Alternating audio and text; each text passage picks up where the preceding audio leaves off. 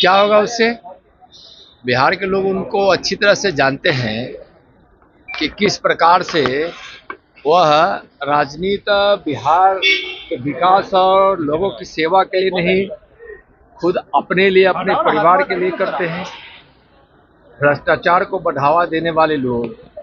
और आप ध्यान दीजिए, 2020 के विधानसभा चुनाव के अंतिम चरण के मतदान हो गए थे और मतदान के 2 दिन बाद जब लोग परिणाम की प्रतीक्षा कर रहे थे, उस बीच उनको अहम हो गया था, भ्रम हो गया था कि हमारी सरकार बनने वाली है। और आरजेडी के कार्यकर्ताओं ने, उनके नेताओं ने जिस प्रकार से 2 दिन में बिहार में तांडव किया कि आज 25,000 दे दो, नहीं तो 2 दिन के बाद 25 लाख देना पड़ेगा, 2 लाख दे दो, नहीं तो 2 दिन बाद 2 करोड़ देना पड़ेगा। उस तांडव को और गरीबों पर हो रहे प्रहार वो लोग याद रखा है। 15 वर्षों के उस कारनामों को तो लोग के ध्यान में है ही, लेकिन 2020 की जो ताजी घटना है उसको लोग याद रखे हुए हैं। इसलिए उनके उस आभार यात्रा या जो भी यात्रा, उससे कोई बिहार के लोगों पर फर्क पड़ने वाला नहीं है। ओवैसी ने महाराष्ट्र में मॉब लिंचिंग की घटना पे कहा है कि हरामजादे लोग एक एक करके नहीं आते हैं, ग्रुप में आते हैं और एक बूढ़े को मारा है। देखिए, मॉब लिंचिंग वहाँ की घटना क्या है न है, वहाँ तो राज्य पुलिस जो होती है वो उसकी तहकीकात करती है, उसकी जांच करती है। लेकिन इस प्रकार की कोई भी घटना होती है, भारत के नए कानून में भी उसके सख्त सजा की व्यवस्था की गई है। लेकिन मॉब लिंचिंग में वहाँ क्या हुआ है न हुआ है, यह राज्य सरकार उसकी जांच कर रही होगी, उसको पता होगा। लालू यादव ने कहा है कि बीजेपी और आरएसएस वाले लोगों को कान पकड़ के देश भर में जाति आधारित गणना करवाएंगे, इतना मजबूर कर देंगे कि उन्हें करवाना ही। देखिए, वो लोग जिस बात की बात कर रहे हैं कि हम आरक्षण, बीजेपी आरक्षण के विरोधी है, मैं कहना चाह रहा हूं लालू जी से और उनके पुत्र तेजस्वी जी से कि आप यह बताइए कि जब लोकसभा में आरक्षण पे चर्चा हो रही थी और मंडल कमीशन ने अपना रिपोर्ट जब सबमिट कर दिया था, तो उस समय कांग्रेस के तत्कालीन नेता राजीव गांधी जी पानी पी पी कर पिछड़ों के आरक्षण का विरोध कर रहे थे।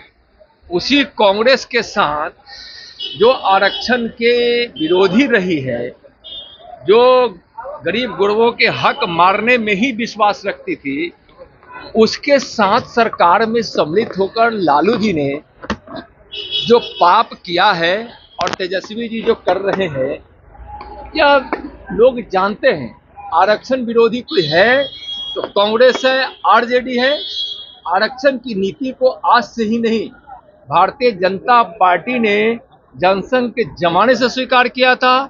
और जैसे ही माननीय प्रधानमंत्री आदरणीय नरेंद्र मोदी जी शपथ लिए, उसके बाद मोदी जी के नेतृत्व में दिल्ली की सरकार ने ओबीसी आयोग को संवैधानिक दर्जा देकर आरक्षण की नीति को और मजबूत किया है। पिछड़ों को, गरीबों को, दलितों को जो आरक्षण भीम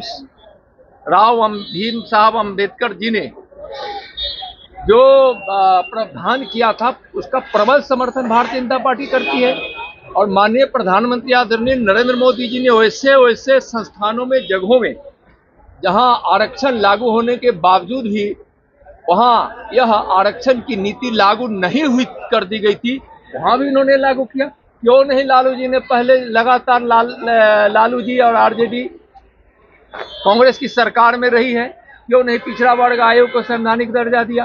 क्यों कांग्रेस के वैसी पार्टी जो लगातार आरक्षण के विरोध करती रही है, उसके साथ गठबंधन की सरकार करती रही?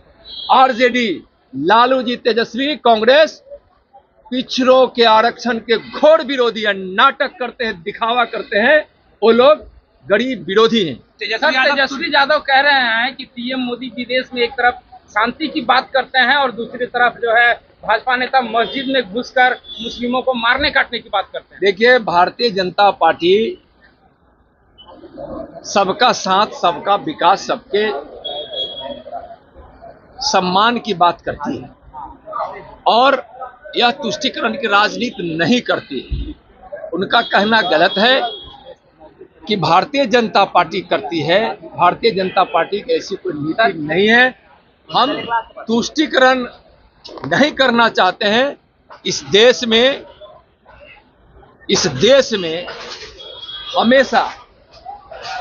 हमेशा इस देश ने स्वीकार किया है कि हम तुष्टीकरण की नीति पर नहीं चल सकते हैं। देशवासी ऐसा मानते हैं, भारतीय जनता पार्टी मानती है।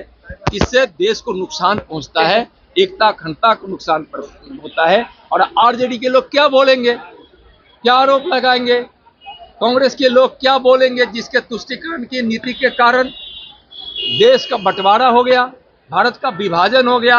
तुष्टीकरण के कारण यहाँ वैसे लोगों को अधिकार से, बहुत सारे अधिकारों से वंचित रखा गया। वह तुष्टीकरण की नीति हमेशा इस देश के साथ और देश के लोगों के साथ अन्याय करती रही है। वह पार्टी क्या बोलेगी जो तुष्टीकरण की नीति में ही विश्वास रखती है। आप लोगों को टुटपुंजिया नेता